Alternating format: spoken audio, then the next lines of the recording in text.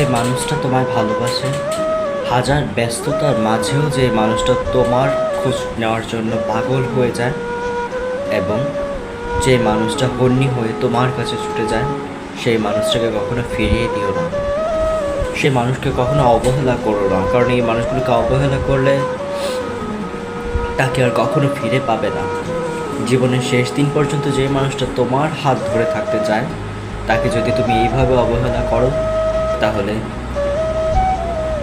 তাহলে এটা হচ্ছে তার বেহায়াপনা, যে সে তোমায় ভালোবাসে, সে তোমার খবর নেওয়ার জন্য, শুধু তোমার সাথে একটু কথা বলার জন্য পাগল হয়ে যায়।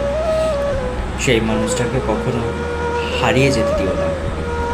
প্রত্যেকটা মানুষই চায় নিজের মতন কাউকে পেতে, প্রত্যেকটা মানুষ চায় অন্যকে নিয়ে ভালো থাকতে, সুখে থাকতে, কিন্তু কিছু কিছু মানুষ সেই কথাগুলো বোঝেই না।